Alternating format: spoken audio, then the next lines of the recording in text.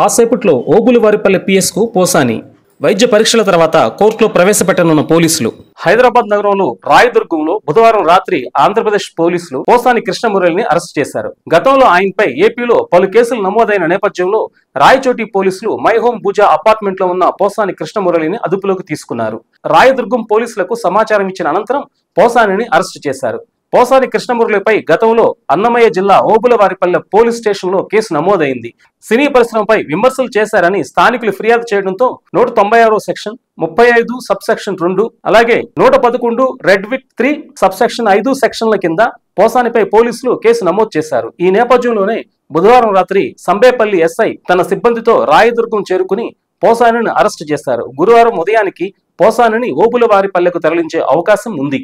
ఆ తర్వాత రాజంపేట కోర్టులో పోసానిని హాజరుపరచనున్నట్లుగా సమాచారం. కాగా అరెస్టు చేసేందుకు వచ్చిన పోలీసులతో పోసాని వాగ్విదానికి దిగారు.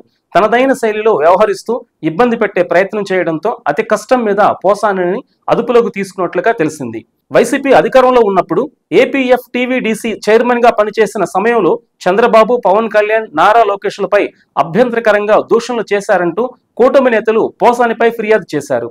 దీంతో పోసానిపై సిఐడి కేసు నమోదు చేసింది. మరోవైపు ఏపీలో పలు పోలీస్ స్టేషన్లో ఆయనపై కేసులు నమోదయ్యాయి. అయితే పోసానిని భోజనం కూడా చేయనీయకుండా పోలీసులు అరెస్టు చేశారని ఆయన కుటుంబ సభ్యులు ఆరోపిస్తున్నారు. కాగా పోసాని కృష్ణమురళిపై కొన్ని చోట్ల నాన్ బెయిలబుల్ కేసులు కూడా నమోదవడం గమనార్హం.